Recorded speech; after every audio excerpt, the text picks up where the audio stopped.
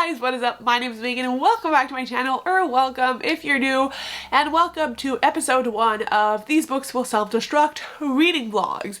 If you didn't see my These Books Will Self-Destruct TBR, I will leave it in the cards and description for you guys.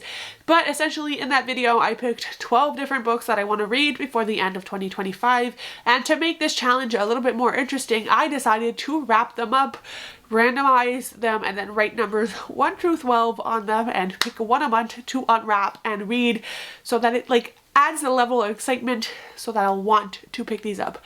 So we're here with episode 1 to unwrap our first pick, which is book number 2 that was picked with a random number generator during my Book Hive TBR for January. So let's unwrap this together. My suspicion is because this is hardcover, I had 3 hardcover options. I think this is Impossible Creatures by Katherine Rundell. This is my final guess.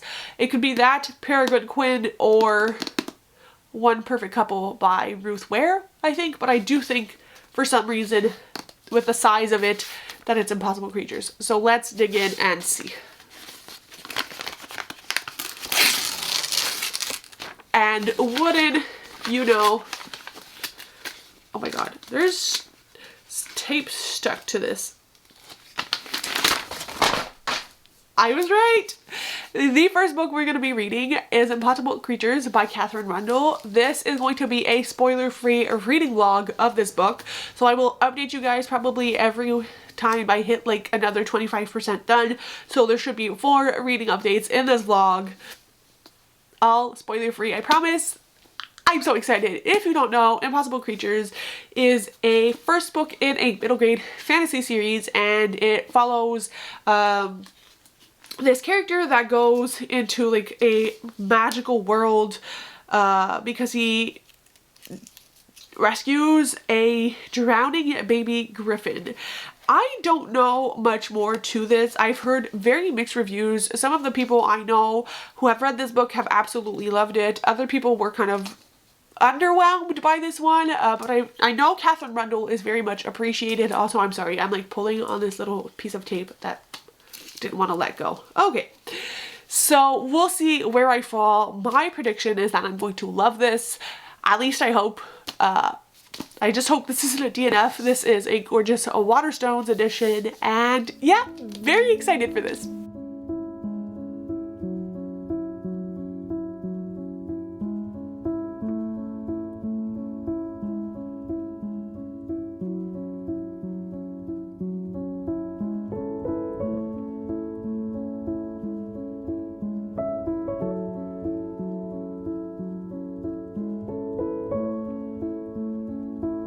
Hello, we are here for the first reading update for Impossible Creatures. I am not going to do 4 updates. I'm actually going to do 3. I'm going to go with one, once I'm at 33%, 66, and then when I'm done the book. Because this is a shorter book. Obviously, it's 325 pages, and I just don't see myself stopping so many times while reading it. But I'm here because I reached the 100 page mark, and I'm basically 1/3 of the way through. So I thought it was time to give my initial thoughts on this.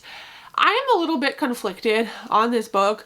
I enjoy it enough that I'm obviously not planning on DNFing, but it's a very peculiar story, and the storytelling is a little bit different than what I am used to. So the first few chapters are not told in the same way as the rest of the story, and thank God, because if it was, I would have DNF'd. Basically, we are introduced to this world and to our characters with very short chapters talking about the boy was doing this when the murderer happened. The girl was doing this when the murderer appeared. And then the murderer is here. And then the murderer kills someone. And it's just I am confused. Why are we doing this way?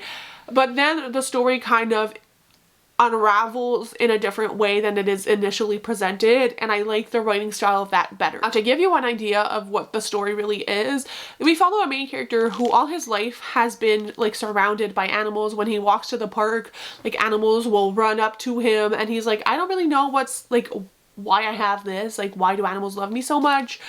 I guess it's just a thing, and he kind of learns to live with him. It's kind of a running gag with him and his friends, but he very quickly realizes that it obviously is more than what meets the eye, and he learns that his family has to do with this magical world, and they are kind of gatekeepers between this world where there are a lot of animals and our world where there are not. And so he learns by saving this baby griffin that there's this entire world of like mythical creatures just outside the regular world. And I thought we were going to spend a little bit more time with him learning about that, kind of being in that world, but he's very early on thrown into that world, and the reasons why he goes, I understand some of the reasons why it's rational for him to go and just like jump into the unknown of this world, but some parts of me are like, this doesn't make as much sense as I wish it did, and that is my biggest complaint, where some of the things that are happening in this book don't really make sense to me. I'm loving the animal part and learning about the different creatures and how people care for them, and basically in this world a lot of animals are like dying and people are like, we don't understand what's going on, and the people in charge are like, we'll take the time to investigate, and people are like, no, you don't understand, like, animals who were born in water are drowning and dying. How can something that's born in the water drown in the water? Like, something's going on. And so there's this very ominous feeling, and the mystery part of it I'm really enjoying. The animals themselves and the encounters with our characters I'm liking. I like our character, fair enough. Like, he's a fine main character. His judgment, a little bit lacking, which is like the most unbelievable part of the story to me. And that's kind of all I have to say. I'm thinking the pacing of this is a little quick as well. For a first book in a series, I wish we would take more time to kind of establish what exactly is going on, learn a little bit more of our character before we throw him into the ringer. But like, this could be a solid 4-star read. I'm not minding this. I think it's a quick read. It's fun. I like the audiobook. As I said, I really love the animals. As someone who loves animals, I think this is a really enjoyable time, and I love the whimsy of like finding out all you thought was a myth is actually true. That part is really fun, and overall it's a good time.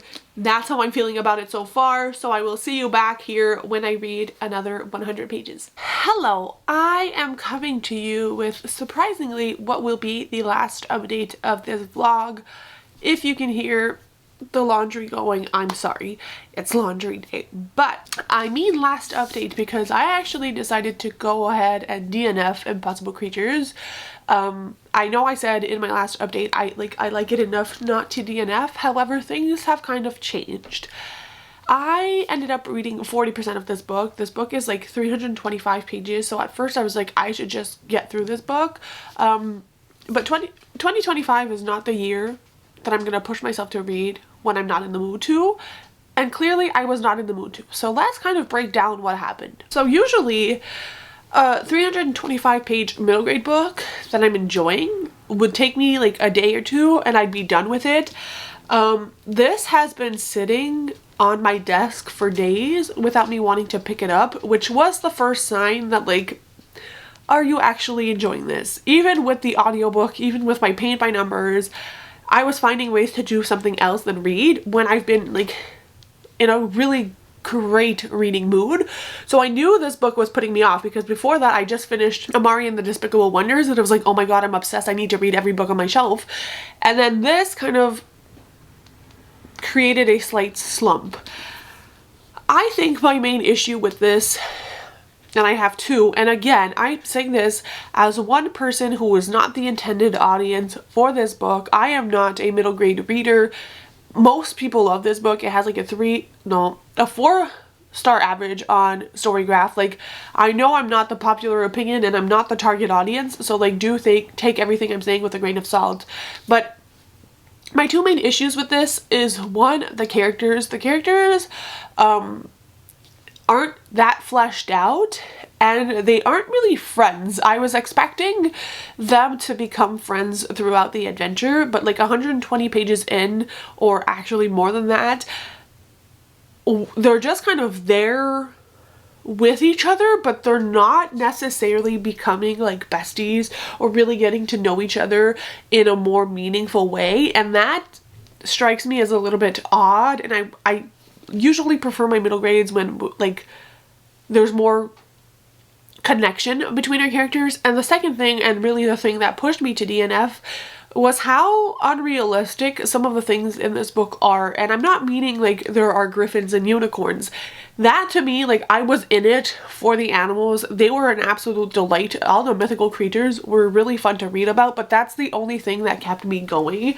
I think that what is happening in this world and the way that the plot is going really wasn't for me. So many things didn't make sense. So many of the characters' decisions were so like, why out of the blue are we doing this? Like, what is it that we're trying to accomplish here? Like, why are we saying yes to this, or why are we doing this with no information at all? And I get that we need to suspend our disbelief in fantasy. I do it all the time.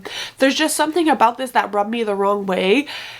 I mentioned this earlier in my first update. There was like some of the decisions Christopher makes at the beginning of this I was a little bit confused about, but then some of the adults start making weird decisions, and then what do you know? Like, the kids make other decisions and the adults just kind of roll with it, and then when the adults interact, it doesn't make sense to me, and I just wasn't having a good time at all with it, and it was becoming more of a chore to try and get through this book. For what reason I was trying to convince myself I was gonna like this, I don't really know.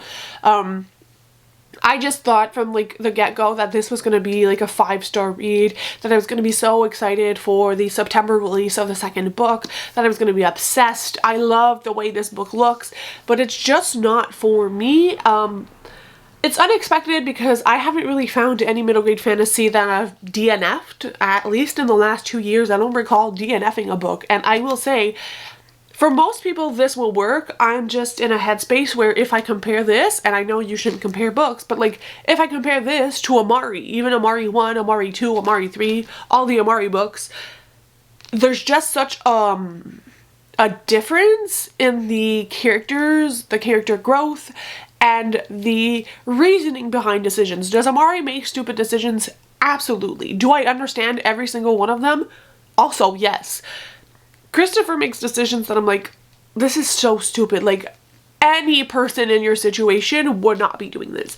I just don't particularly love the characters, and if I don't love the characters, it's already kind of strike one for a book.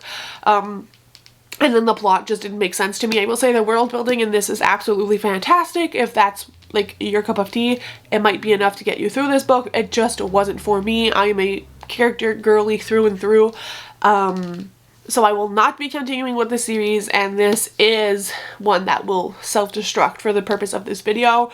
So currently, stats-wise, we're at 1 episode down, 1 DNF. And I didn't think this was going to be one of those that I would DNF, but it's okay. We will move on. It's one series that I can say, like, I'm not continuing with, and it's fine. Even the audiobook couldn't save this one, but it's okay. Also, I will say it's no tea, no shade to this author. Catherine Rundle is such an important, like, person within the middle grade community. She does a lot for children's fiction and is an incredible author. I read her essay recently, which I absolutely adored. She does wonderful things. She is well known for a reason, and most people absolutely love her, and it's nothing against the author. It's nothing against the book or the people who love it. It's just not for me. But again, I'm not a middle grade reader, so how much does my perspective on this book matter? It doesn't matter at all, but I had to let you guys know that this was going to be a DNF.